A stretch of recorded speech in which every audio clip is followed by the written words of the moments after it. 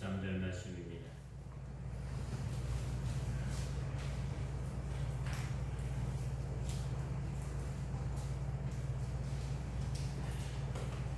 구약성경 1277쪽에 있습니다.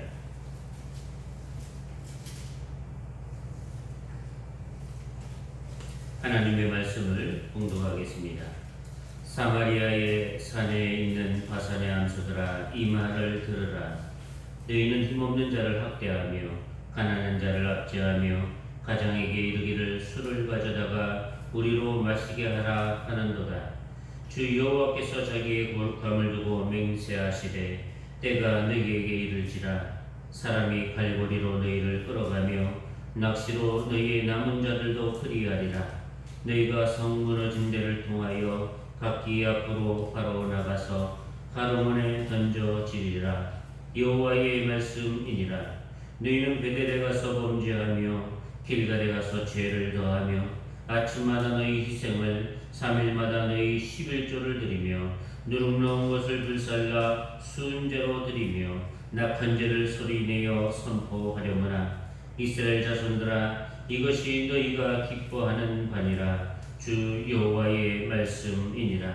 또 내가 너희 모든 성읍에서 너희 일을 깨끗하게 하며 너희의 각 처소에서 양식이 떨어지게 하였으나 너희가 내게로 돌아오지 아니하였느니라. 여호와의 말씀이니라. 또 추수하기 석 달 전에 내가 너희에게 비를 멈추게 하여 어떤 성읍에는 내리고 어떤 성읍에는 내리지 않게 하였더니 땅 한 부분은 비를 얻고 한 부분은 비를 얻지 못하여 말랐음에 두세 성읍 사람들이 어떤 성읍으로 비틀거리며 물을 마시러 가서 만족하게 마시지 못하였으나 너희가 내게로 돌아오지 아니하였느니라. 여호와의 말씀이니라. 내가 곡식을 마르게 하는 재앙과 깐부기 재앙으로 너희를 쳤으며 팥중이로 너희의 많은 동산과 포도원과 무화과 나무와 감람나무를 다 먹게 하였으나 너희가 내게로 돌아오지 아니하였느니라. 여호와의 말씀이니라.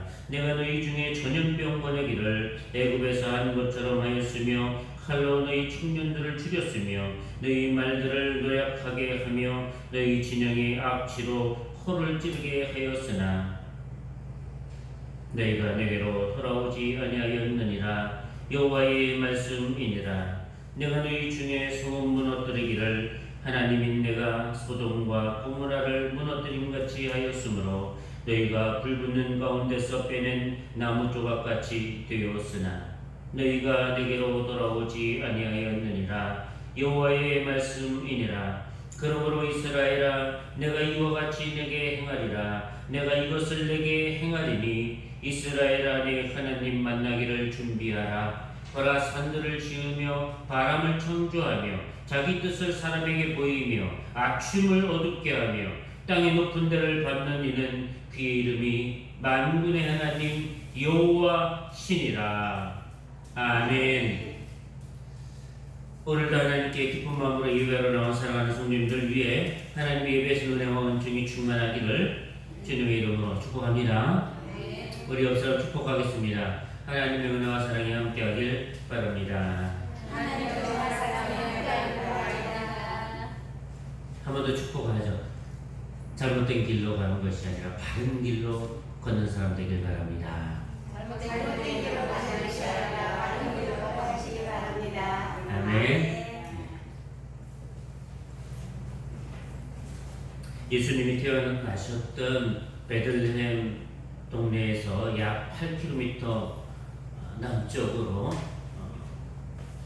내려가면 822m에 이르는 고산지대인 드고와 들판이 펼쳐지게 됩니다. 사실 드고와 들판이라고 하지만 그 땅이 그렇게 아주 평지의 넓은 들판은 아닙니다. 굴곡이 심한 그런 초장이지요. 그곳에서 평화로의 양떼를 돌보는 아모스라는 목자에게 어느 날 하나님의 말씀이 임하게 됩니다. 그 하나님의 말씀을 받은 아모스는 목자의 지팡이만을 들고 국경을 넘어 북이스라엘 수도인 사마리아에 가서 하나님의 말씀을 선포하게 됩니다. 그 선포의 첫 일성이 이런 것이었습니다. 아모스서 1장 2절을 보면 이런 선언을 합니다. 여호와께서 시온에서 부르짖고 예루살렘에서부터 소리를 내신다. 목자의 초장이 마르고 갈멜산 꼭대기가 마를 것이다. 라는 선포를 하게 됩니다. 도대체 아모스는 무슨 말씀을 받았기에 여호와께서 부르짖고 소리를 높이 외쳐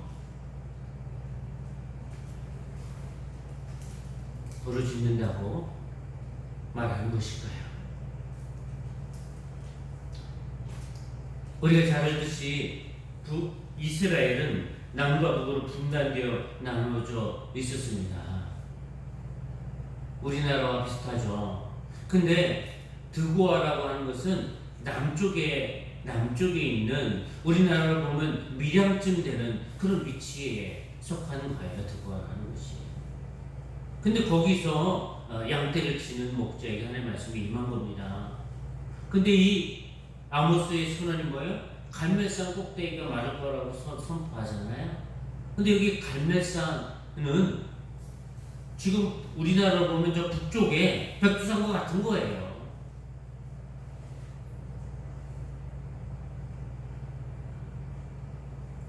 그러니까 이 남쪽에 있는 목자가 북쪽까지 올라가 가지고 이 메시지를 선포하고 있는 것입니다. 그 선언이 참 놀랍지 않습니까? 하나님께서 시온에서부터 부르짖고 예루살렘에서부터 소리를 높여 외친다는 거예요. 부르짖는다. 하나님이 부르짖는다. 소리를 높여 외친다. 이런 표현 성경에 잘 없어요. 오죽하면 하나님이 부르짖는다, 소리를 높여 외친다, 이런 표현을 쓰고 있는 것일까요? 그것도 시온에서부터 예루살렘에서부터, 이 시온에서 예루살렘에서부터 부르짖는다는 표현은 거기 성전에 있기 때문에 그런 표현을 쓴 것으로 보여집니다. 그런데 그 선포의 핵심이 뭐냐면 목자의 초장이 다 말라버린다는 거예요. 갈멜산 꼭대기까지 다 말라버린다는 거예요. 이건 엄청나게 무시무시한 선언인 것이죠. 하나님의 인내가 한계점에 이르렀다라는 선언과 다르지 않습니다. 도대체 하나님께서 왜 이토록 진노하신 것일까요? 그것도 남쪽에 있는 목자에게 얘기해서 북쪽에 있는 사람들에게 이러한 선언을 하게 한 이유는 무엇일까요?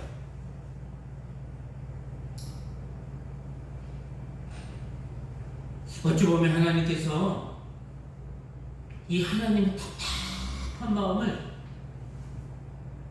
전하게 할 사람이 없었던 거예요. 북쪽에는.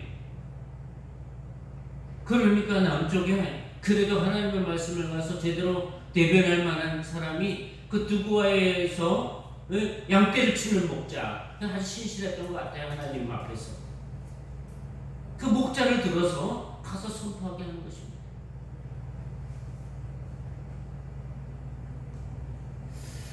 당시에 북이스라엘은 어떤 상황이었냐면, 북이스라엘은 여로보암이라고 하는 왕이 다스리던 시대였습니다. 이 여로보암이 왕이 다스릴 때 하나님께서 북이스라엘이 너무나 참담하고 너무나 불쌍해서 이 여로보암이 왕이 다스릴 때 그동안 잃어버렸던 땅들을 다 회복할 수 있는 은혜를 주셨어요. 여로보암 왕 때. 그러니까 성경은 뭐라고 하냐면 하맛 어기에서부터 아라바 바다까지 그 땅을 다 회복했다 그랬습니다.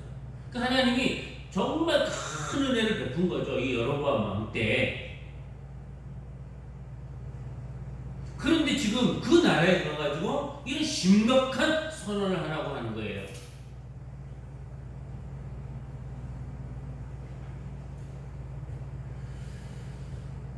특히나 당시에 북이스라엘의 지도층에 있는 사람들에게 선언하게 하는 것이죠. 부유한 자들, 그런 자들에게 선언하라고 하는 것이죠. 오늘 우리가 읽은 4장 1절에 보면 이런 표현을 썼습니다. 사마리아의 산에 있는 바산의 암소들아 라고 표현하고 있어요.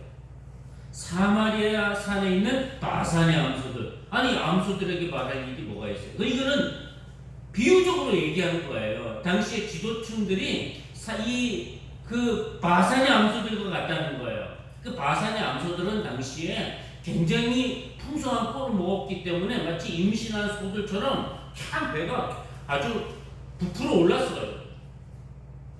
잔뜩 먹어가지고 그래가지고 허연 배를 드러내고 그 푸른 초장에 넣어가지고 그냥 잠자고 있는 그런 그 바산의 암소들을 빗대서 얘기한 겁니다.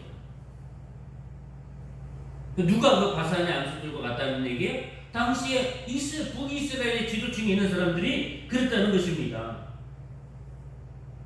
그들은 어떤 행동들을 했냐면 거기 1절에 보면 이렇게 되어 있죠. 너희는 힘없는 자를 학대하며 가난한 자를 압제하며 가장에게 이르기를 술을 가져다가 우리로 마시게 하라 이렇게 얘기한다는 거예요. 지금 힘없고 가난한 자들의 가장들 지금 그런 자들을 종부리듯이 부리면서 수지가 가져와라 이런 행태를 보이고 있다는 것입니다. 뭐 이 정도만이 아니고 실질적으로 북이스라엘의 지도자들 뿐만 아니라 가진 자들의 악행이라고 하는 것은 아모스서 2장 6절에서 8절에 이미 고발을 했어요. 거기 이런 표현을 씁니다. 은을 받으면 그 은을 사는 돈을 받는 거죠. 그러니까 은을 받으면 의인을 팔아버렸다는 거예요.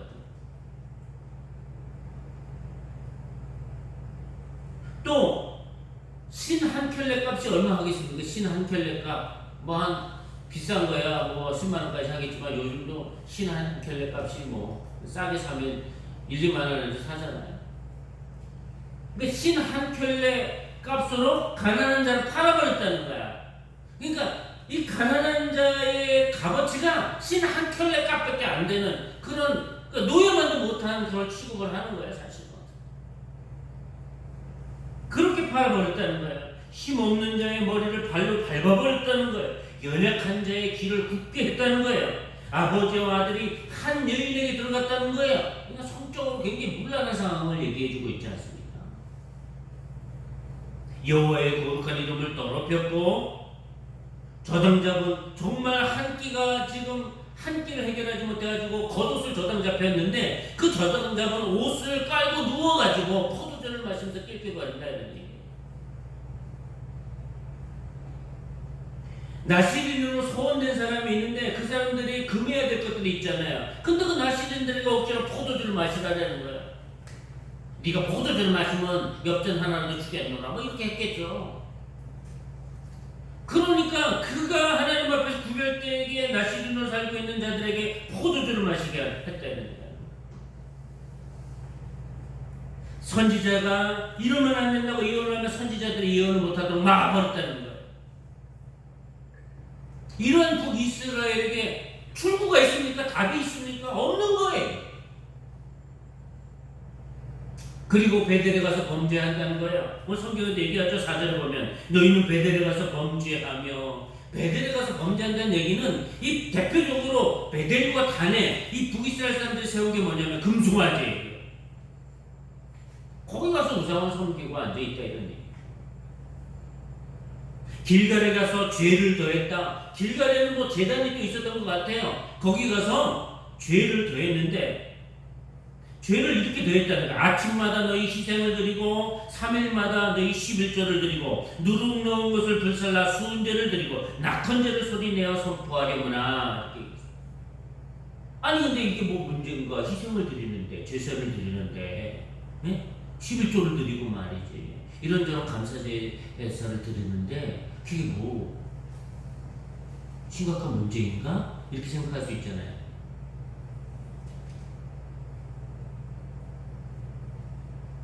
그런데 이게 하나님께 진실된 마음으로 드리는 게 아니라는 거예요. 아침마다 희생을 드려요. 근데 어떻게 희생을 드립니까? 3일마다 11조를 드려요. 근데 뭐야? 베델에 가서 범죄하고 길갈에서 가서 죄를 더한 것을 가지고 와가지고 그렇게 하고 있다는 거 아닙니까?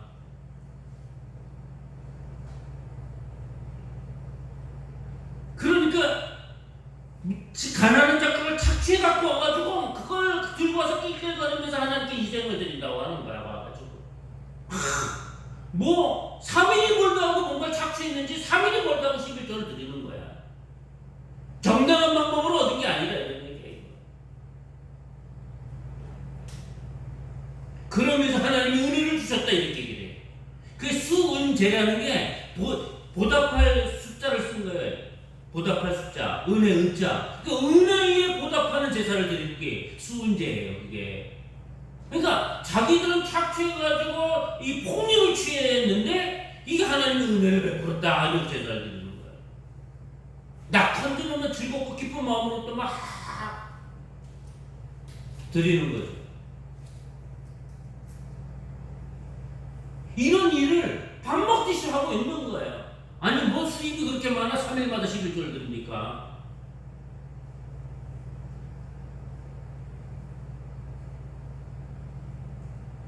그런데 하나님이 이러한 이들의 행태를 뭐라고 얘기하냐면 이렇게 얘기를 했습니다. 이것이 5절 하반절에 이것이 너희가 기뻐하는 말이라 주 여호와의 말씀이니라. 하나님이 기뻐하는 바가 아니라 그들이 기뻐하는 일을 하고 있는 거예요.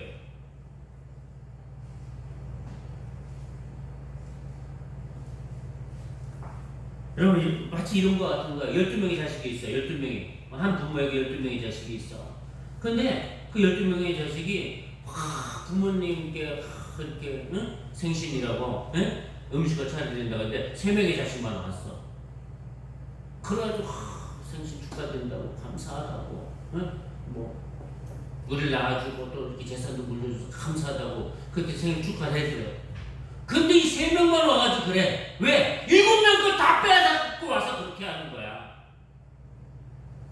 그러면 그 부모가 아이고 고맙다 생일잔치 찾아줘서 고맙다 이래 하겠어요? 지금 북이스라엘 나라 안에 같은 동포끼리 같은 민족끼리 하나님 다 불쌍히 여기고 사랑하는 그 민족들인데 거기 안에서 갑질을 하고 앉아있고 말이죠. 처치를 하고 그리고 착천을 갖고 와가지고 하나님이 하나의 기생제사를 드린다 이러고 앉아있는 거고 다르지 않다 이런 얘기예요. 그리고 제사를 드리는 행태도 보세요. 누룩 넣은 것을 불살라서 누룩을 절대 넣으면 안 돼요. 지 맞따라 하는 거야. 지 멋대로. 누룩도 큰 의미구나. 감사제를 드리잖아.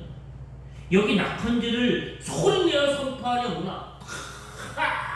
자기 자랑하면서 낙헌제를 드리고 있는 거예요.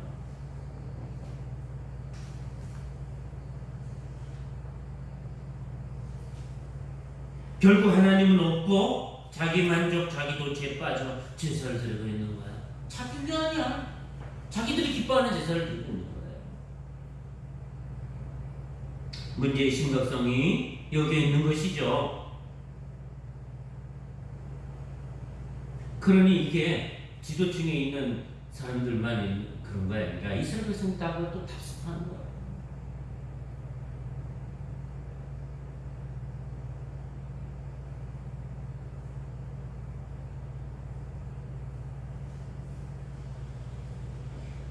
베델에 가서 금송아지에게 저렇게 하니까 차이 나온다. 착각하고 있는 것이죠. 하나님을 보실 때 이 얼마나 역겨운 행동들이겠습니까? 하나님을 기만하는 행위고 더럽고 가증한 일들을 꾸미고 그리고 거기서 희낙낙하는 짓거리들을 하고 있는 것이지요. 그래서였을까요? 하나님이 그 6절부터는 이런 선언을 합니다. 지난날 내가 너희들에게 재앙을 내렸던 걸 기억하지 못하느냐?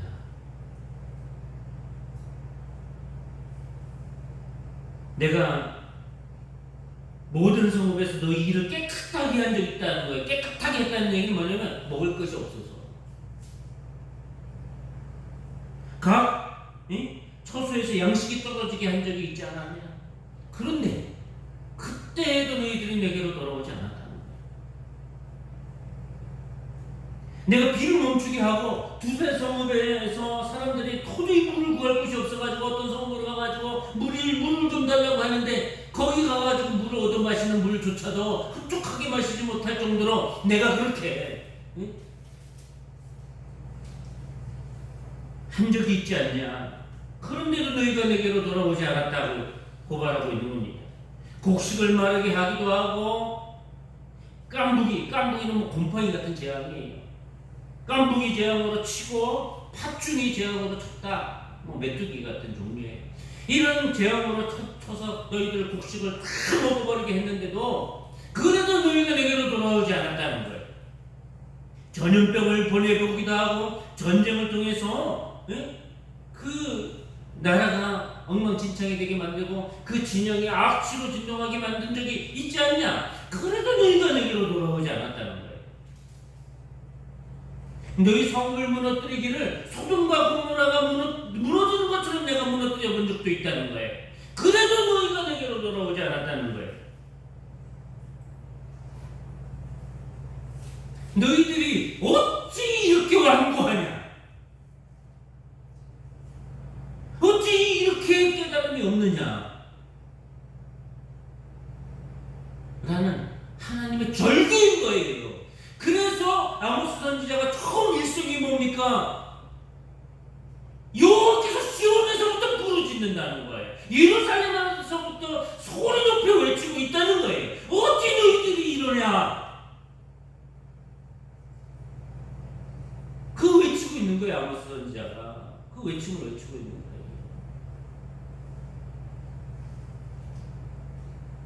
그래서 이제 내가 결정했다. 그게 12절이에요. 그러므로 이스라엘아, 내가 이와 같이 내게 행하리라. 내가 이것을 내게 행하리라. 이스라엘아, 네 하나님 만나기를 준비하라. 이게 뭔 얘기일까요, 이게? 이스라엘아, 네 하나님 만나기를 준비하라. 희망의 메시지인가요? 절망의 메시지인가요? 절망의 메시지예요, 이게.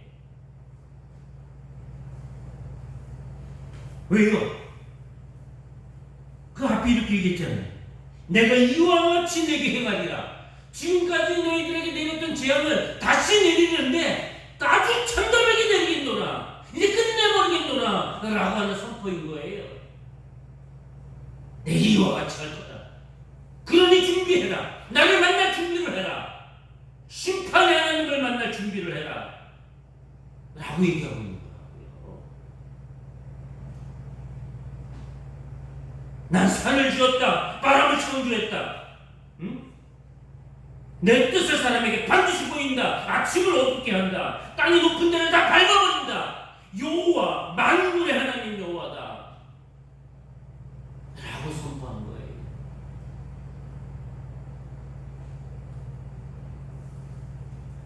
어쩌다가 북이스라엘이 여기까지 오게 된 것일까요? 하나님의 철저한 진노의 대상이 되었어요. 아모스 9장에 가면 하나님께서 아모스에게 마지막 환상, 문지방 환상을 딱 보여줍니다. 근데 그 문지방 환상이 뭐냐면 기둥머리를 딱 치니까 문지방이 움직여. 그래가지고 집이 다 무너지는 거야. 이스라엘이란 집 자체가 다 무너지게 해버리겠다는 마지막 환상이 끝내버리겠다는 거예요.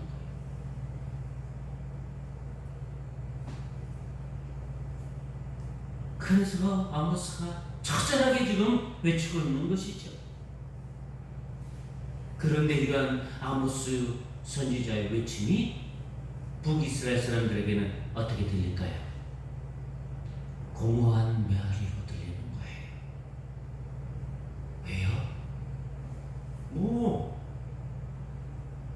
뭐가 문제인데? 뭐 잘 살고 있는데? 그러고 있다.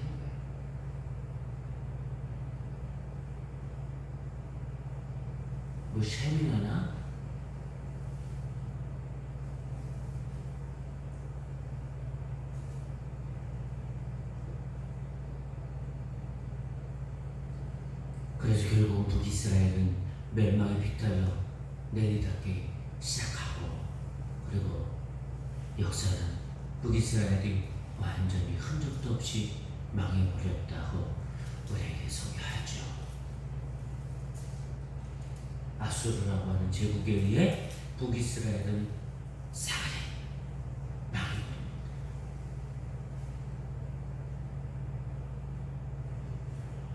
북이스라엘의 문제는 무엇입니까? 앞에서 언급했듯이 그들은 자기들이 기뻐하는 일들을 한 거예요. 모든 판단의 근거가 자기 자신이, 윤리와 도덕도 정의와 공의도 기준이 자기들에게 있는 거예요. 하나님께 있는 것이 아니라 자기에게 있는 거예요. 자기에게 좋으면 그게 정의고 자기에게 유익하면 그게 공의예요. 거기에는 하나님 계시지 않아요. 하나님께 예배하는 행위는 있지만 하나님 거기에 안 계신다는 거예요. 하나님은 밀려나 있는 것이죠. 이게 북이스라엘의 현 주소였어요. 당시의 현 주소였어요.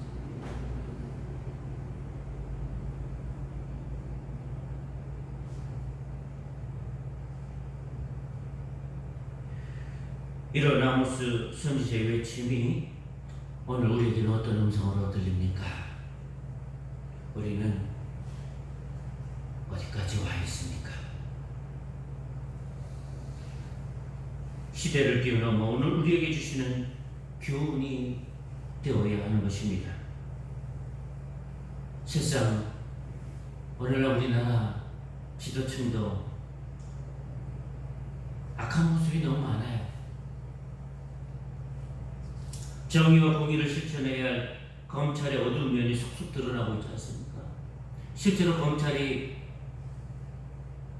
잘못한 것 대표적인 게 그들도 고백한 것, 부천서 송고모 사건, 박종철 군 고문치사 사건, 국정원 간첩 조작 사건, 강기훈 유서 대필 사건, 인혁당 사건, 이거는 다 자기들이 잘못했다고 고백한 거예요.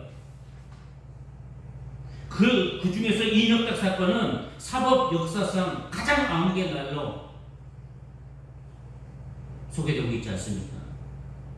이거는 자기들이 고백한 것만 그런 거예요. 고백하지 않은 그 밑바닥에는, 이 고백한 거는 빙산의 일각이나 이런 얘기예요. 고백하지 않은 이 비릿덩어리가 그냥 보이지 않는 그 밑바닥에 엄청나게 깔려 있어요, 사실. 죄 없는 사람들을 죄인으로 만들 수 있는 게 검찰이에요. 죄 있는 사람도 죄 없는 사람으로 만들 수 있는 게 검찰이에요. 그리고 그런 일들을 해왔어요. 통계치로 다 나와 있어요. 검사가 잘못해가지고 죄를 받은 경우는 0.0 몇 프로밖에 안 돼요. 그냥 정말 어쩔 수 없어서, 정말 더 이상 감쌀 수가 없어서 그냥 조금 이렇게 처리한 거, 그거밖에 없다.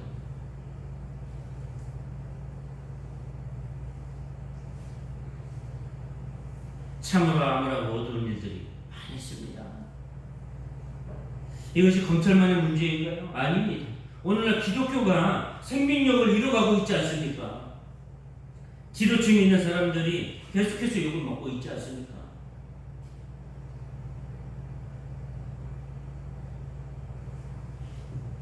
이런저런 비리가 끊임없이 쏟아져 나오고 있어요. 성폭력 사건, 공범 유용 사건, 돈으로 정의를 사고 환열 움직임들이 난무하고, 그 돈을 받아먹고 부역하는 사람들이 또 있고,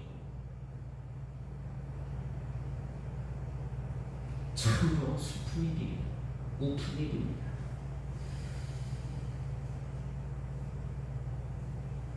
그러면 이것들이 지도층에만의 문제입니까? 그런 걸 보고 배웠어. 그리스도인들이라고 하는 탈만 쓰고 있고, 그냥 교회 다니는 걸 액세서리로 걸치고 여전히 악을 행하는 것을 밥 먹듯이 하고 속이고, 그런데 전혀 양심의 가책도 없어요. 그리고 스스로 면죄부를 주는 거야. 하나님 다 용서하신다. 오늘 예배 드리고 왔다. 그런 모든 것을 암묵적으로 묵인을 해주고 헌금 많이 하니까 뭐라 고발을 안 해. 아끼고.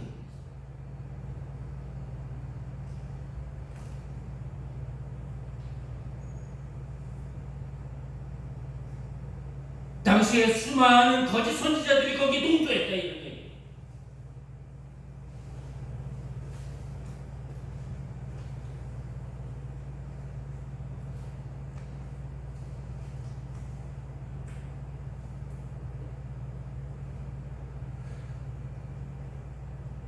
하나님의 말씀이 살아서 생명력이 있어서 우리의 관절과骨을 찔러 쪼개지 않으면 희망이 없다 이런 얘기예요.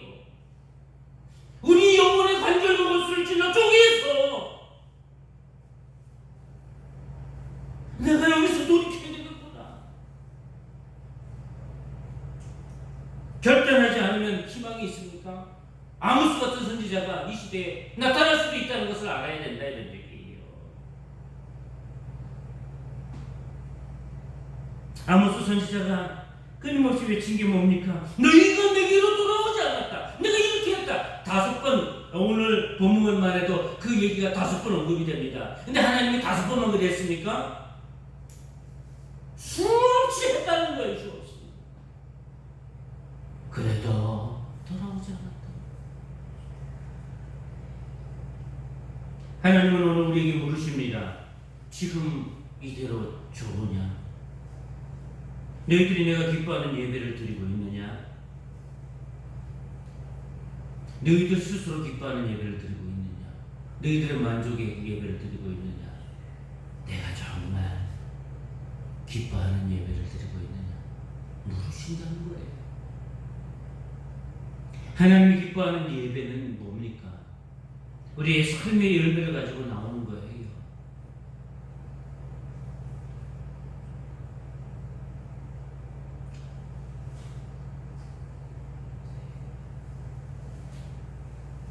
예를 들면 이런 거죠.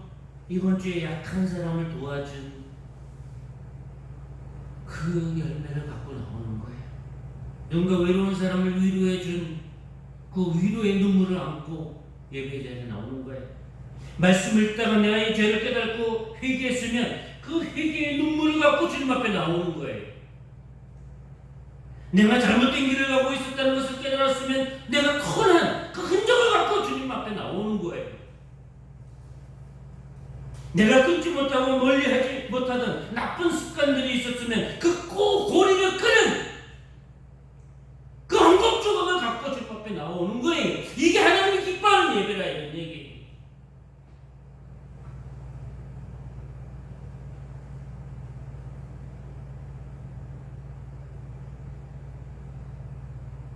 자기 만족의 예배가 아니라는 거예요. 자기 위안의 예배가 아니라는 거예요. 스스로 면죄부를 주는 예배를 하지 말라는 거예요.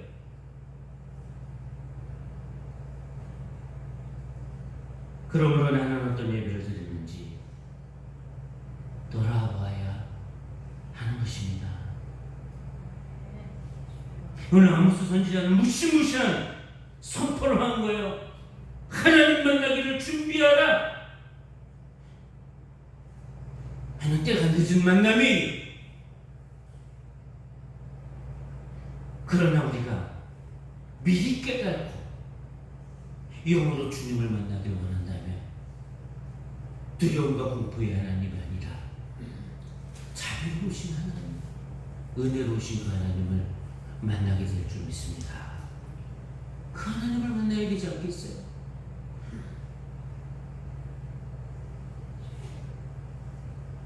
아모스 선지자의 외침이 오늘 나의 삶의 자리에 들려지는 외침으로 받기를 주님의 이름으로 축복합니다. 기도하겠습니다. 사랑의 아버지 하나님, 어쩌다가 북이스라엘이 여기까지 오게 된 것일까요? 하나님 없는 예배를 드리고 자기 위안과 자기 만족과 자기에게 면죄부를 드리는 예배로 일관하며 그들이 악행 속에 뒹굴었기 때문임을 기억하게 되시고 우리 삶의 자리에서 우리의 삶을 분명히 들여다보고 하나님이 기뻐하는 삶이 무엇인지를 점검하게 도와주옵소서. 예수님의 이름으로 기도하옵나이다. 아멘.